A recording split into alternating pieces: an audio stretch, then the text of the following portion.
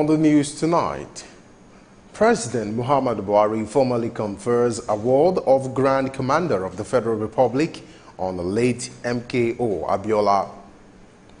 In business, Nigerian Communication Commission (NCC) to resolve 165 billion naira interconnectivity debt. And on the foreign scene, Taliban fighters killed district governor in northern Afghanistan amid small clashes.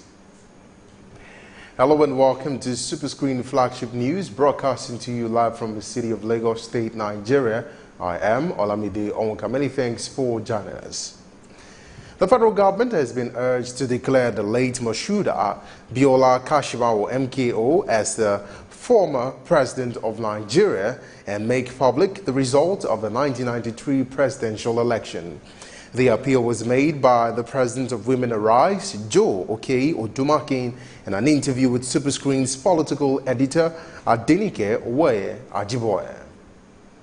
At the office of Joe Okei Odumakin, an active player in the 1993 presidential election, the brought Moshood Kashimawo Abiola, who is adjudged the winner of the election.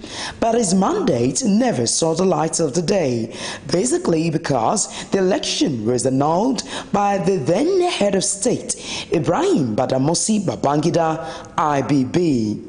Today, President Muhammadu Buhari has declared June 12 Democracy Day in replacement of May 29.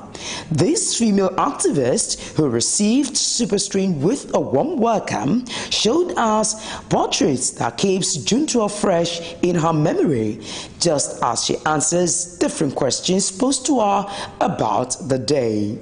You are somebody who played a very vital role during the 1993 presidential election. And now I just want you to quickly take us to history on the role that you actually played during the annulment of June 1993 presidential election. At the level of the Campaign for Democracy, I was the chairman in Kwara State. And then Dr. Bekara Sokuti was a national chairman. So I decided to stay first in Kwara State to follow the process. So after everything, the election was fixed.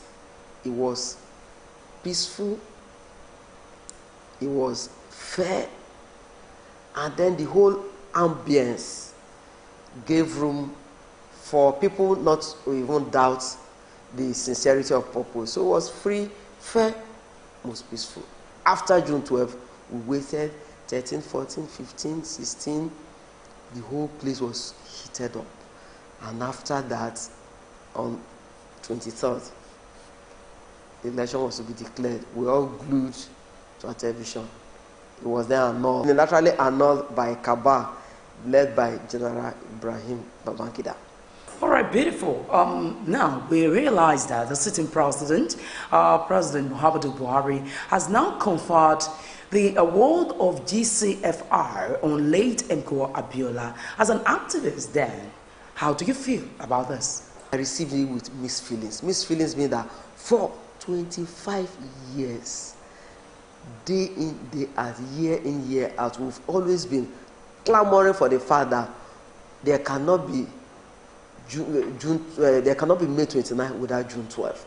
And that June 12 should be our own democracy day. So when we had the announcement, some people said he was politically motivated. But we said, well, our own, we are not interested in the messenger. We are interested in the message. We don't want to be busy agonizing. We want to be organizing. And in organizing, we must get results. So MK Abiola, given the highest honor, Grand Commander of the GCFR, as a Commander of the Federal Republic, we felt that it was a good one. I throw my weight behind such. Really, the order given right now is just the executive order. Now, how do you hope to ensure that other arms of government also key into this? It should be done in a very right manner. There's an executive order. The National Assembly also can pass it into law. there should be a posthumous declaration of MK Abiola as a past president of the Federal Republic. And when you have portraits of all former heads of states and presidents hang, MK Abiola's portrait should also hang there. The award of GCFR, yes, is given to past or presidents of Nigeria, of the country. Now, if this can now be conferred on late MK Abiola, wouldn't you think that the time is right for Nigerian government to come out with the result of 1993 presidential election? The June 12 election result should be declared. If it is declared, we have a winner. We already have the results, but someone will properly release the results. So if it is declared, the results will now be released. And through that, we will now declare MK Abiola as a former president of the Federal Republic of Nigeria. All the entitlements that should be paid will be paid to MK Abiola, will be paid to the vice. As a thriving activist at the moment, then, what would be your next line of action? Freedom cometh by struggle. And for us to bid Abiola farewell, for us to do justice to the spirit of June 12, our next line of struggle is that anywhere the oppressed people are gathered, either on the banner of June 12, when we march in remembrance of June 12, in marking June 12, our battle cry will remain that declare the June 12 election results. When it is declared, recognize MKO Abiola as a past president of the Federal Republic of Nigeria. Do you really believe that Abiola was actually executed by some powers that be? Abiola was liquidated, and it happened in such a way that Nigerians, were taken aback. Abiola was being received by high delegation people, and there he gave up his post. But for him to have been incarcerated for 4 years, for us losing the man and the mandate, Abiola was liquidated. If you truly believe that he was executed, wouldn't you think there's need for a panel to be set up for us to know what actually transpired then?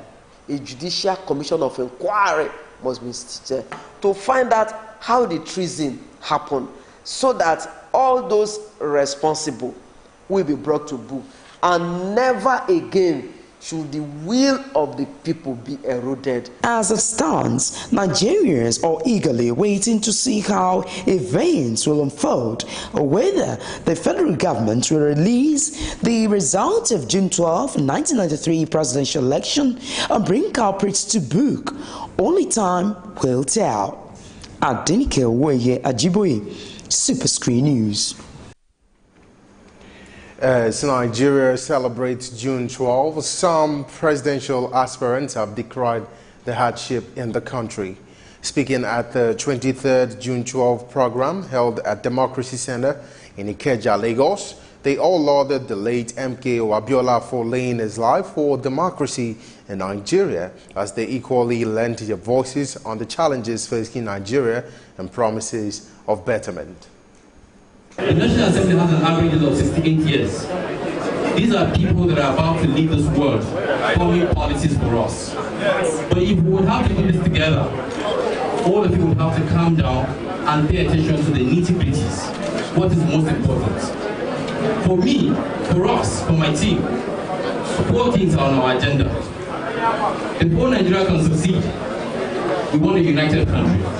We want a country where we will hold ourselves together regardless of all the things that have always divided us. Ethnicity, religion, social status, political party and ideological affiliations, gender, and all of those things that make us fight each other.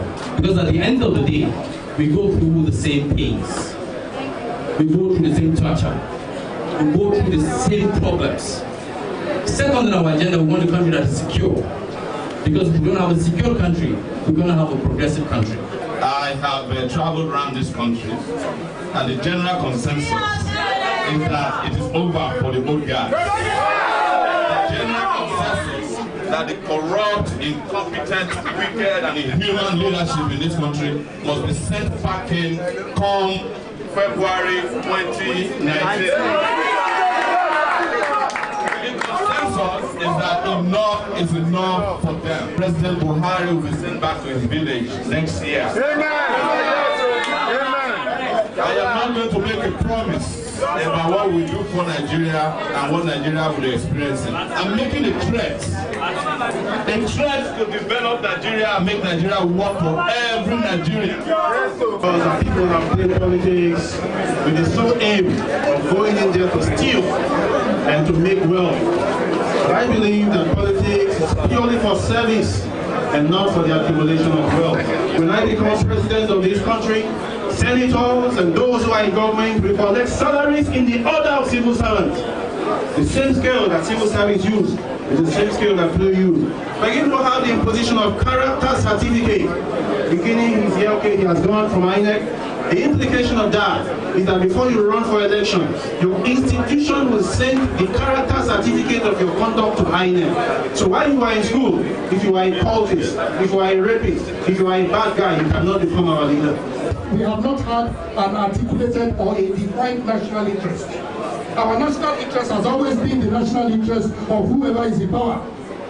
So one of my principal aims, and because all we see in Nigeria, we see manifestations of things, but a lot of things that are happening to us are fundamental and are institutional. And I'm saying that without a national interest, we are not going nowhere.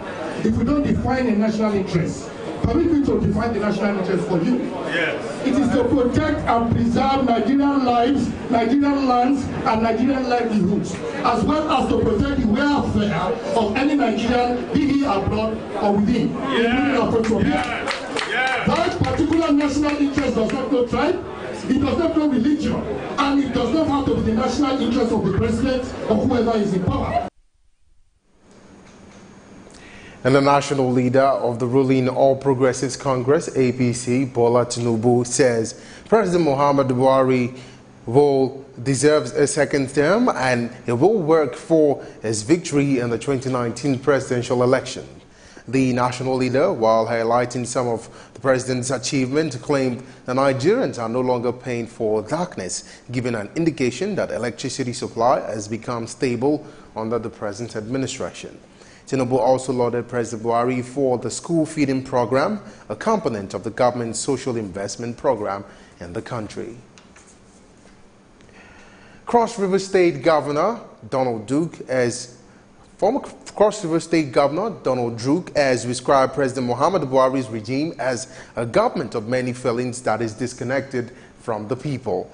Duke, who declared his intention to contest the presidential race, said the Buhari administration is not ready for leadership, and on that basis, it took the president nearly 6 months to complete its quest.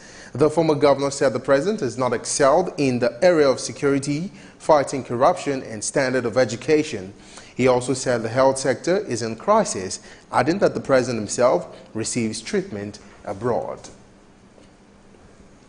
And the Federal High Court in Abuja has sentenced the former governor of Plateau State and the serving senator Joshua Dariye to 14 years imprisonment on charges of criminal breach of trust and misappropriation of over 1.16 billion naira belonging to the state.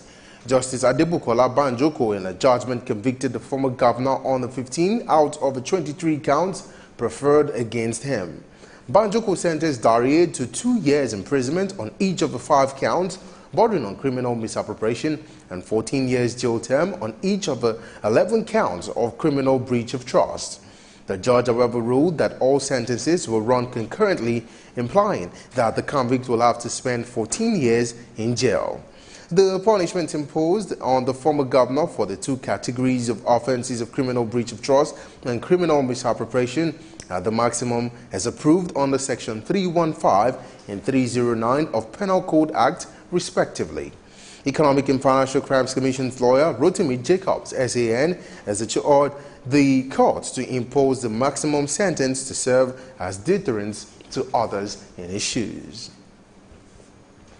And the police detectives are combing southwest states to track other suspects involved in the April 5th offer bank robberies and recover firearms hidden by gang members. According to reports, the 7 gang leaders were taking police investigators to their hideouts in Kwara, Ondo, Osun, Oyo, and Ekiti states, where they were believed to have hidden cash of firearms.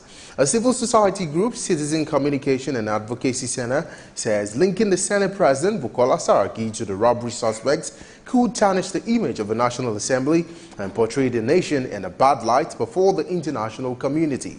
You will recall that the police had earlier alleged that the gang members carted away 21 AK-47 rifles during the attack on the Offa Police Divisional Headquarters, where they killed some policemen before they stormed 6 banks, where they looted millions of naira and killed 33 persons in the process.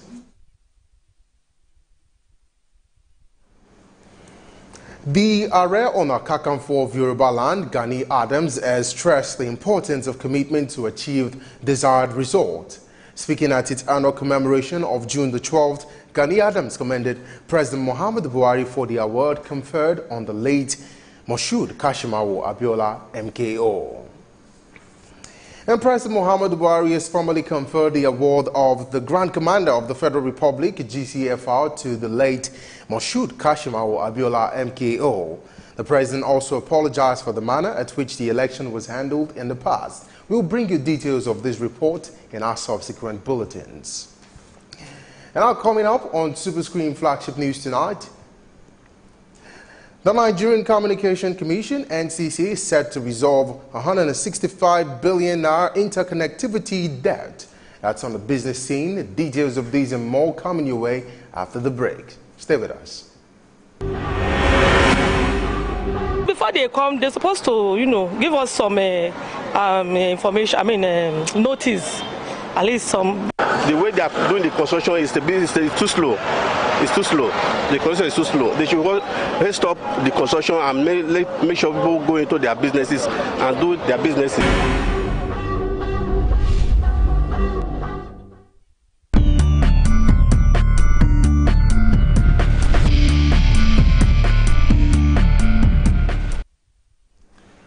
Welcome back to Superscreen Flagship News, and now for some business stories. The Executive Vice Chairman, Nigerian Communications Commission, NCC, Professor Umar Dambata, says he's seeking ways to resolve interconnectivity debt, which stands at 165 billion naira. Dambata said this when the President Association of Telecommunication Companies of Nigeria, Olushola Teniola, led newly executive members of the ATCON National Executive Committee on a courtesy visit to the NCC. Dambata said recently a meeting was held to prefer some long-lasting solutions to the issue of interconnectivity debts. The NCC Executive Vice Chairman said there is need to put a pragmatic plan in place to mitigate the incidence of interconnectivity in the industry, as it is causing a lot of unnecessary distractions for the communication. He added that the Commission would appreciate suggestions from ATCON that will help to address the issue before it grows out of hand. In other business news, the National Pension Commission has assured civil servants of prompt payment of their pensions once they retire from active service. The Acting Director General, PENCOM, Asha Daher Umar, said this at a pre-retirement workshop for federal government workers who are due for retirement next year. Daher Umar said the Commission considered contributors who were about to join the contributory pension scheme as very important stakeholders, adding that measures were being put in place to make sure pension administration transparent and seamless. She maintained that the Commission had established uniform set of rules, regulations and standards for all aspects of pension administration, including payments of retirement benefits to retirees. And now for a quick reverse to the previous story on the MKO June 12. The Ààrẹ Ọ̀nà Kakanfò of Yoruba land, Gani Adams, has stressed the importance of commitment to achieving desired results. Speaking at its annual commemoration of June the 12th, Gani Adams commended President Muhammadu Buhari for the award conferred on the late Moshood Kashimawo Olawale Abiola, MKO. The memory of our heroes alive. It has also helped in addressing several burning issues that have been affecting our nation. As we celebrate 25th anniversary of this epoch-making event, let us look beyond the past and focus all our efforts in righting the wrong of the past leaders. All over the world, issues of security, good health, education, enduring social infrastructure, stable economy always take the central stage. However, in Nigeria, there have been a ranging issues and debate on restructuring.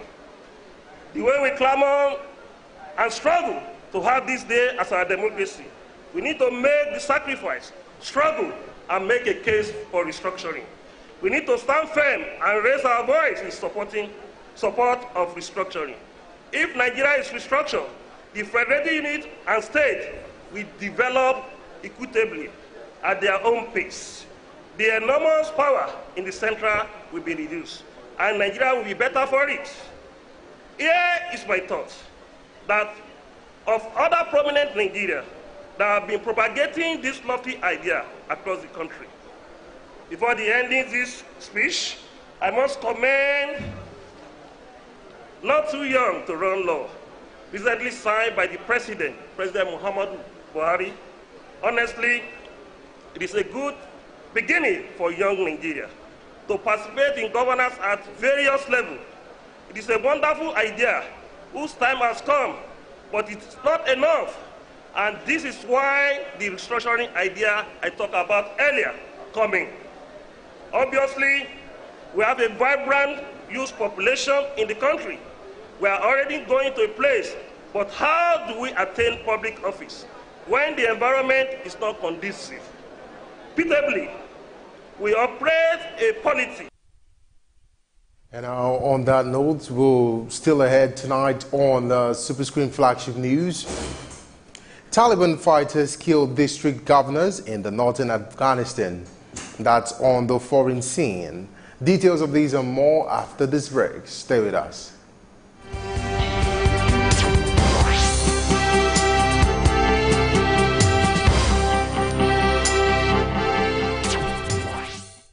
Welcome back if you're just joining us. This is Superscreen flagship news. And now for some foreign stories. Taliban fighters have killed a district governor in northern Afghanistan amid small clashes despite the start of a government ceasefire. Provincial government